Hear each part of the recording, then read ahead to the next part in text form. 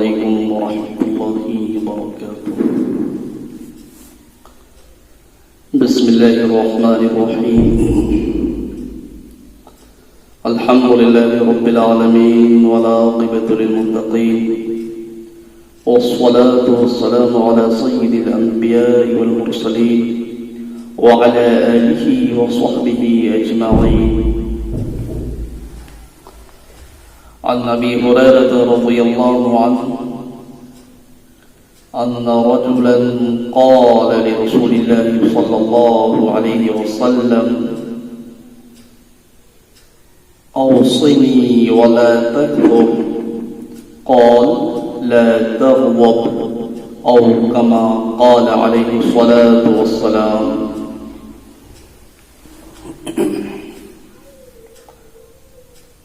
حضرت ابو ہریرہ رضی اللہ عنہ روایت کرتے ہیں، ایک شخص نے اللہ کے رسول صلی اللہ علیہ وسلم سے عرض کیا: مجھے کوئی عمل بتلا دیجیے۔ آپ علیہ السلام نے فرمایا: لا تغضب، غصہ مت ہو۔ بزرگوں اور دوستوں، دنیا میں جتنے بھی گناہ سرزد ہوتے ہیں، صادر ہوتے ہیں، اگر ہم غور کریں تو تمام گناہوں کا جو محرک اور عوامل ہوتا ہے وہ دو چیز ہوتی ہے، ایک شہوت اور دوسرا غضب۔ شہوت کا معنی خواہش نفس کے ہیں اور غضب کے معنی غصہ کے ہیں۔ جتنے بھی گناہ چاہے حقوق اللہ کے قبیل سے ہو یا حقوق العباد کے قبیل سے ہو، دو طرح کے گناہ ہوتے ہیں، ایک حقوق اللہ اور دوسرا حقوق العباد۔ جس گناہ کا تعلق حقوق اللہ سے ہو اس گناہ کو اللہ تعالیٰ معاف کر دیتے ہیں بندہ کی معافی مانگنے سے، لیکن جس گناہ کا تعلق حقوق العباد سے ہو اللہ تبارک و تعالیٰ اسے معاف نہیں کرتے جب تک کہ بندہ معاف نہ کرتے۔ اب ایک آدمی غصہ ہوتا ہے، اس کی دلی خواہش یہ ہوتی ہے کہ میں اپنے غصے کو سامنے والے کے اوپر نافذ کروں۔ اب یا تو مرتبے میں اس سے کم ہوگا، اس کے ماتحت ہوگا، یا مرتبہ بلند ہوگا، اس کے اوپر ہوگا۔ ظاہر سی بات ہے، اگر مرتبے میں کم ہے، کوئی استاد ہے، شاگرد ہے، سپروائزر ہے، اس کے ماتحت کام کرنے والے ہیں، کمانڈر ان چیف ہے، اس کے ماتحت کام کرنے والے ہیں، ظاہر سی بات وہ شخص اپنے غصے کو اس کے اوپر نافذ کرے گا، ظلم ستم کے پہاڑ توڑ دے گا۔ ایک شوہر ہے، بیوی ہے، اپنے غصے کو نافذ کرے گا، طلاق دے دے گا، اس کا گھر ویران ہو جائے گا۔ کیسے کیسے گھر ویران ہو گیا ہے، بعض دفعہ اس کو قتل بھی کر دیتا ہے، غصے کی وجہ سے اس کی زندگی کو ختم کر دیتا ہے۔ اور اگر مرتبے میں اس سے اوپر ہے، بلند مرتبہ ہے، بڑا ہے، عہدے کے اعتبار سے، عمر کے اعتبار سے، منصب کے اعتبار سے، اب یہ شخص انتقام تو نہیں لے سکتا، لیکن دل میں غضب کو پالے گا، عداوت کو پالے گا، دشمنی کو پالے گا کہ کس طریقے سے میں اسے تکلیف پہنچاؤں۔ اگر تکلیف پہنچتی ہے تو یہ خوش ہوگا، کوئی دولت پہنچتی ہے تو یہ خوش ہوگا، یہ حسد ہو گیا۔ اس لیے آپ علیہ السلام نے غصے سے بچنے کی بہت تاکید فرمائی ہے اور تدبیر بھی بتلائی۔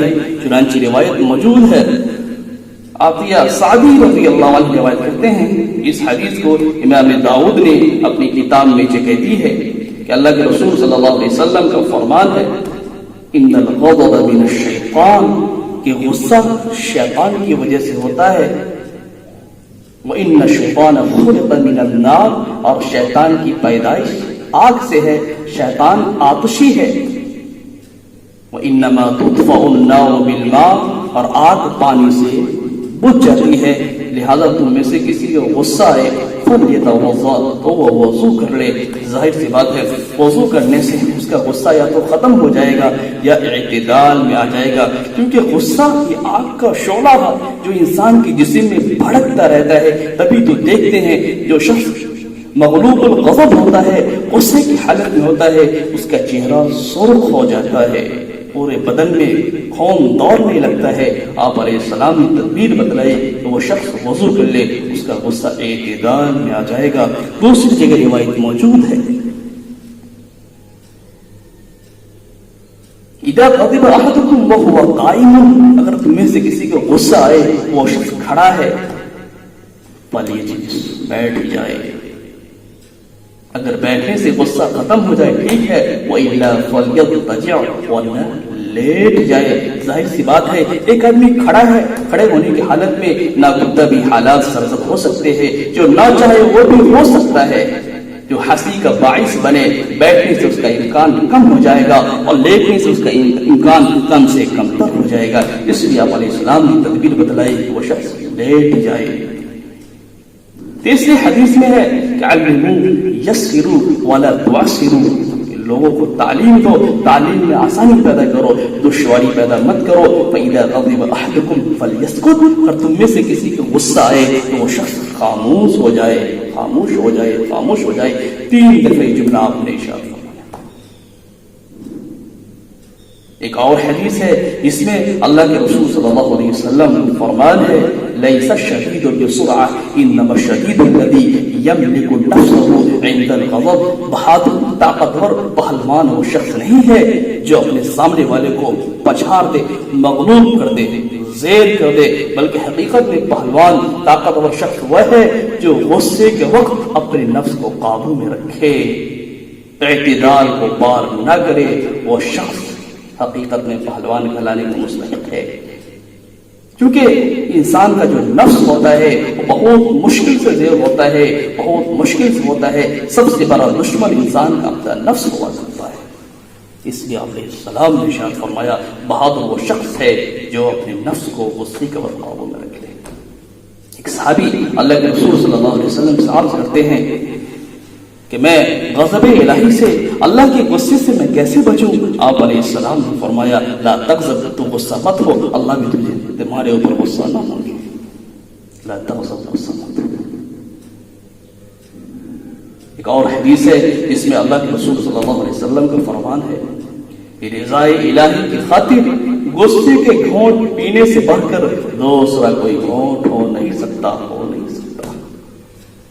کہنے کا مطلب یہ ہے، اللہ کے رسول صلی اللہ علیہ وسلم نے یہ تاکید کی ہمیں کہ ہم غصہ سے بچے، غصہ سے نہایت خطرناک گناہ سرزد ہوتے ہیں، اس کا انسان کو وہم و گمان بھی نہیں ہوتا۔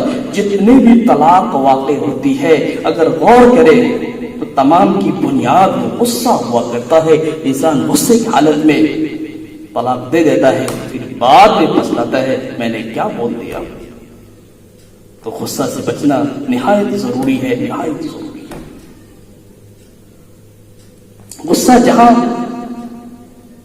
دینی اعتبار سے خطرناک ہے، وہیں دنیاوی اعتبار سے بھی خطرناک ہے۔ جو شخص مغلوب الغضب ہوتا ہے، غصے کی حالت میں ہوتا ہے، ان کا اعصاب کھنچے ہوئے رہتے ہیں، حواس باختہ رہتا ہے، بے چینی رہتی ہے، اس کی یادداشت بھی کم ہو جاتی ہے۔ غصہ دراصل اس بات کو بتلا رہا ہوتا ہے کہ شخص کے اندر قوت برداشت کی کمی ہے اور قوت فیصلہ میں بھی جلد باز ہے۔ چنانچہ ایک بہت بڑا ماہر نفسیات لکھتے ہیں ڈاکٹر ریڈ فورڈ کہ جو شخص غصہ کرتا ہے وہ جلد بڑھ جاتا ہے۔ ان کے مطابق غصہ سے انسانی دل کو وہی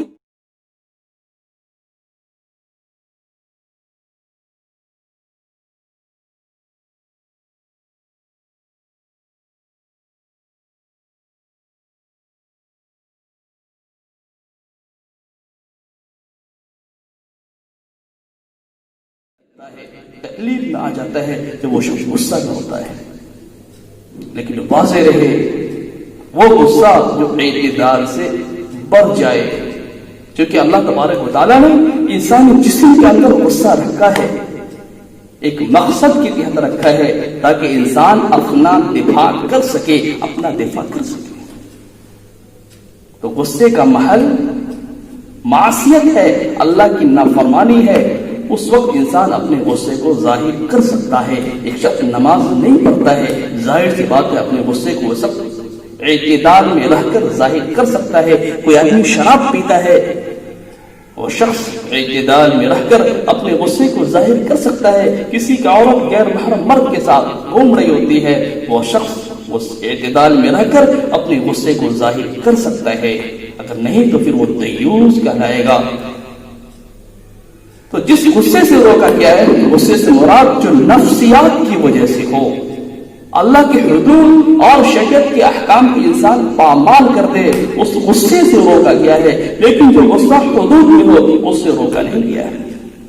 وَغْلُظْ عَلَيْهِمْ أَبْغَضَ لِلَّهِ، حدیث میں لفظ آیا ہے أَبْغَضَ لِلَّهِ، جس نے اللہ کے لیے بغض کیا، غصہ کیا. وَغْلُظْ عَلَيْهِمْ، تو غصے کا محل معصیت ہے. غور سے سن لیجیے، اللہ تعالیٰ نے انسانی جسم کے اندر غصہ رکھا ہے، اس کا اظہار کہاں پہ ہوگا؟ معصیت کی جگہ پہ ہو، نافرمانی کی جگہ پہ. جو غصہ نفسیات کی وجہ سے ہو، وہ غصہ خطرناک کہلائے گا. چنانچہ روایت میں ہے ایک شخص کو حضرت علی رضی اللہ عنہ نے پچھاڑ دیا. وہ شخص آپ رضی اللہ عنہ کے منہ کے اوپر تھوک دیا، آپ نے اسے چھوڑ دیا. اب جو میں تمہارے ساتھ کوئی سلوک کروں گا وہ نفسیات کی وجہ سے ہوگا، چھوڑ دیا گیا. اللہ تبارک و تعالی ہم سب کو کہنے سننے زیادہ عمل کرنے کی توفیق عطا فرمائے.